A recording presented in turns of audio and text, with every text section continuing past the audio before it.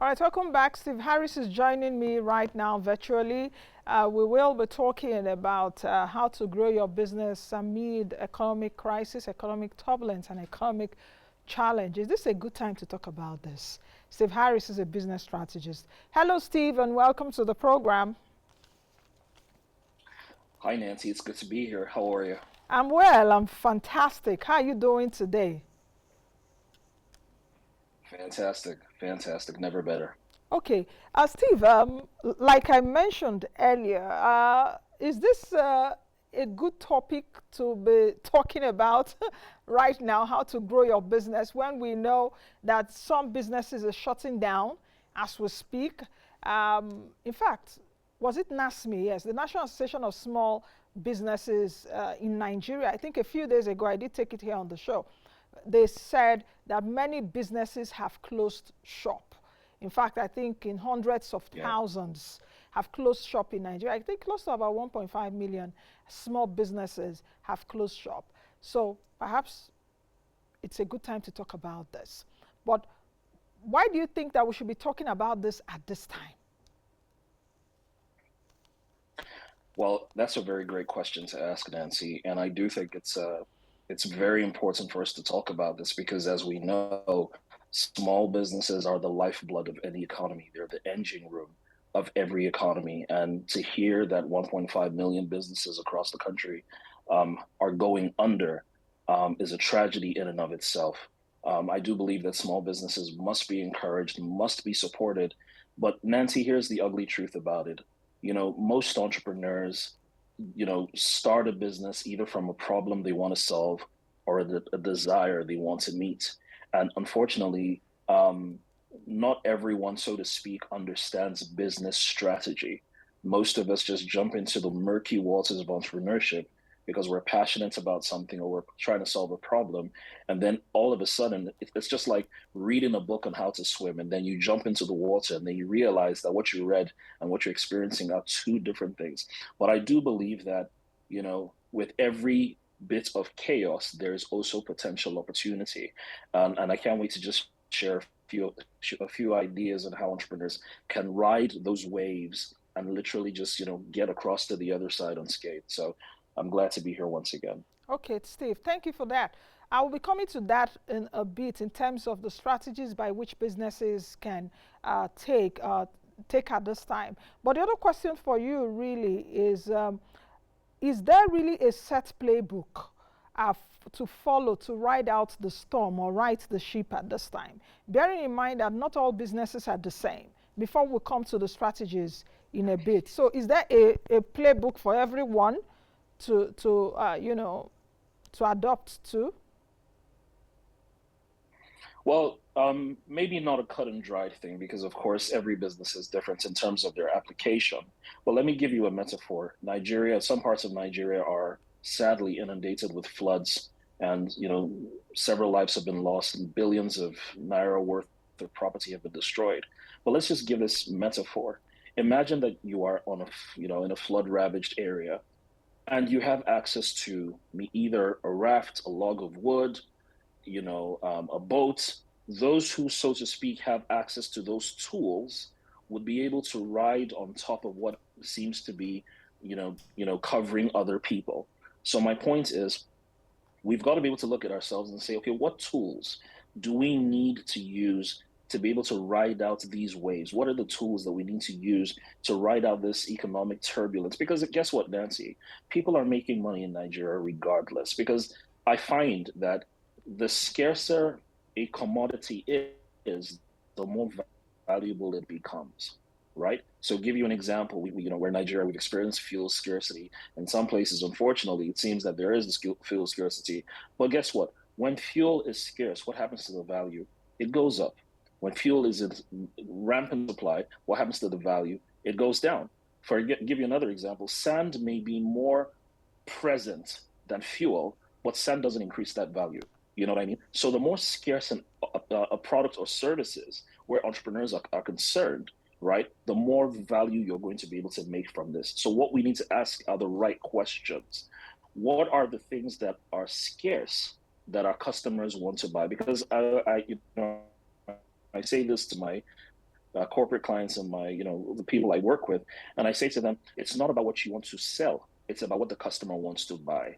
When you find out what the customer wants to buy, even in terms of scarcity, they will still bring out money because that buying logic, that buying decision hasn't changed.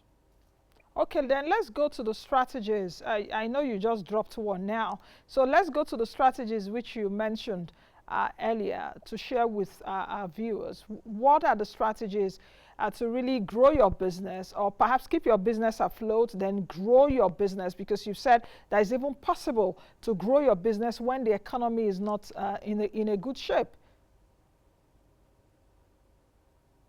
Thank you very much for the question. So, one of the things that I've discovered with many entrepreneurs is they don't have a target demographic they're selling to. Everybody's their customer. Now, if you want to be a generic supplier, then it's fine. Everybody can be your customer. But let me break it down this way. In business, there are different caters of customers you want to sell to. So for example, if you're selling to the 90%, so to speak, the masses, so to speak, the people at the bottom of the food chain, what you are selling or what they are buying is a commodity. They don't care what you sell. What they want to buy is a commodity. So, I'll give you an example. If you buy water in traffic, pure water in traffic, if you like brandy, if you like change the color, if you like make it very attractive or snazzy, what the customer wants to buy is water that will slake their thirst. Let me explain it from this perspective. The person who's at the bus stop, the person who's at the bus stop, who wants to get home and is a 90% customer, that person wants to get home at the cheapest price as possible. So for him, comfort is not a buying decision. For him, what he wants to buy is to get to his destination at the cheapest price as possible. So if you're selling to the 90%, whatever you sell, they don't care. What they want to buy is a commodity. Now let's go a little bit higher. Now the next level is, do you want to sell to the 10%, right? The 10% don't buy commodities. What the 10% buy are accessories. Now, what do I mean by that? Still using this transportation metaphor. Once again, the guy at the 90% wants to get to his destination as cheaply as possible. It doesn't matter how long it's going to take. He may take a keke, he may take a BRT, doesn't matter. He wants to get to his destination as cheaply as possible. But the guy at the 90% doesn't just want to get to his destination at a cheap price. How he arrives matters to him. So he's no longer going to stay in the BRT or he's just going to stay in a keke where he's squashed with other people. He wants to be able to stand out. Now he's still paying for transportation, but his buying decision is no longer transportation. His buying decision is, I want to accessorize. I want to be perceived differently. So how I arrive matters. So he's going to get into one of these ride sharing services, Bolt, Uber, Taxify, or even his own car. You know what I mean? He'll take a drop because he wants to arrive in a certain way. It's still the vehicle of transportation, but you are selling to a different buying decision. There are certain people, irrespective of where the economy goes to, they will never enter a keke. They will never jump in a BRT. They will continually take a Bolt. They may complain about the these ride sharing services, but they will still pay regardless. Why? Because they're not solving a transportation problem. They're not scratching a transportation itch. They're scratching an accessory itch. They want to be perceived in a certain way. So let's go a little bit higher. We've dealt with the 90%, we've dealt with the 10%. Let's go to the 1%. You want to sell to the 1%. These guys don't buy commodities. These guys don't buy accessories. What these guys buy is exclusivity. So the language for them, when you're marketing to this kind of demographic, you don't use certain words. So, for example, use words like discounts, you're going to lose them. You use words like pay small, small, you're going to lose them. You have to sell them on the idea of exclusivity. That's what they're going to pay for. So, these guys who are in the 1% will not be caught dead in a ride sharing app. What they want to do is to be able to buy certain, for example, they want to buy certain vehicles that give them prestige. So, for example, right, when they drive into a meeting, so you know how it is, maybe you're driving into a bank, you want to be able to make a transaction. The security guards, in many cases, let you in based on the car you drive. If your car is not fine, okay, there's no space back outside, right? If your car is a particular model, a particular year, they will open the gates. And as you're entering the gates, they'll be giving you salute. Sure, sir. That's what the person has paid for. That person isn't solving a transportation problem. That person is solving a perception problem as being perceived as someone who is exclusive. Do you get what I'm saying? So yes, you may be selling transportation, so to speak, as the product, but why people buy is a totally different perspective. Now we've spoken about the 90, we've spoken about the 10, we've spoken about the one. What about the 1% of the 1%, the upper echelon, the top of the totem pole? What do you sell to those guys? Those guys don't buy exclusivity. They don't buy accessories. They definitely don't buy commodities. What do those guys buy? They buy scarcity. Now, the scarcer something is, the more valuable it becomes. Now, fortunately, for many entrepreneurs who might be watching this, and I may feel to themselves, "Oh, I've got this product or service. I don't know, how to be able to sell it." The problem is not necessarily that you have a marketing problem. The problem is you are selling to the wrong market. I'm going to say that again. It's not necessarily that most entrepreneurs have a marketing problem, and truly some do. But the real issue is that they have a market problem. Now, you can sell to the 90% all you want, and you're going to do a heck of a lot of marketing, but their purchasing power is low. You can sell to the 10% of what you want, where we call the middle class. Yes, their purchasing power is also, they have a lot more than the 90%, but probably not as much as the 1%, and so on and so forth. So my question is, for every entrepreneur who's watching, is to pause and think. Don't panic, don't cry, don't make any noises. Sit down and ask the right questions, and ask a simple question: where is the person that can give me top money for the product that I sell? And start focusing to that person. Let me just pause for a moment, because I know you probably have a question or something to say. So let me not just get ahead of myself, Nancy. Yeah, yeah. I've been listening to you, Steve, and taking also accepts from what you're saying in terms of commodity, accessories, exclusivity, and the last one, scarcity. So it depends on who you are selling to. So you need to tailor what's who you need to sell to.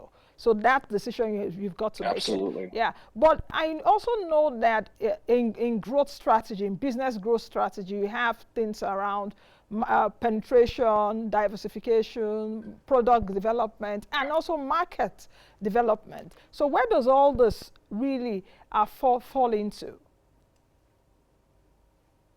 Nancy, it's all of this is embedded in the value chain.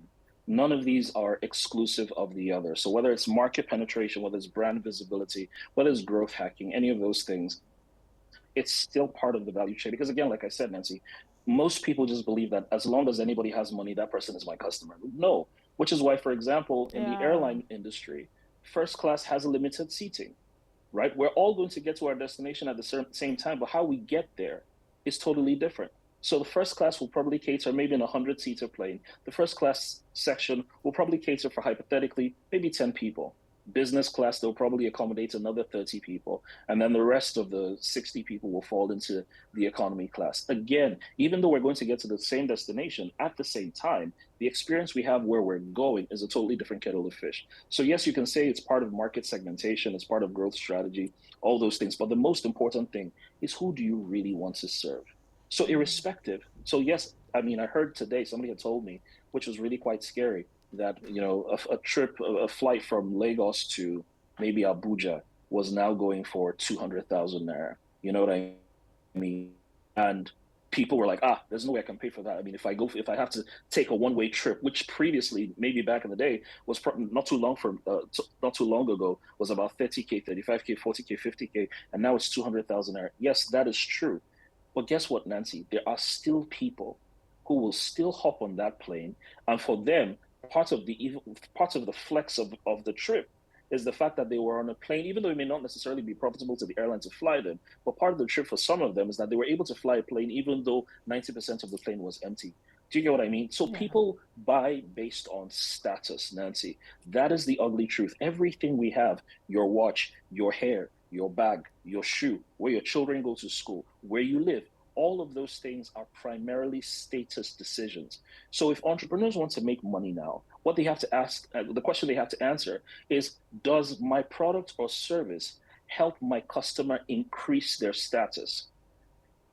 If the answer is no, then they're most likely going to have to reframe their strategy all over again. If the answer is yes, the customers will still buy.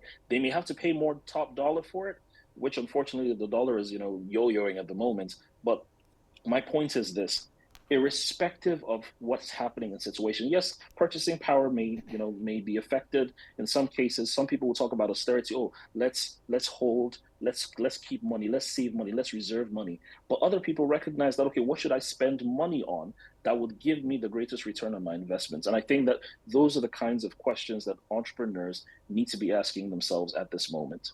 Okay, Steve, we have about 2 minutes or so to the end of this show. So let me just juggle in this two questions, which is about how can Nigerian businesses be global recession proof at this time?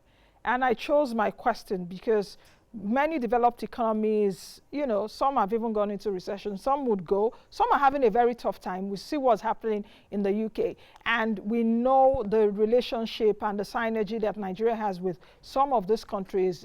We're an import dependent country, that's one.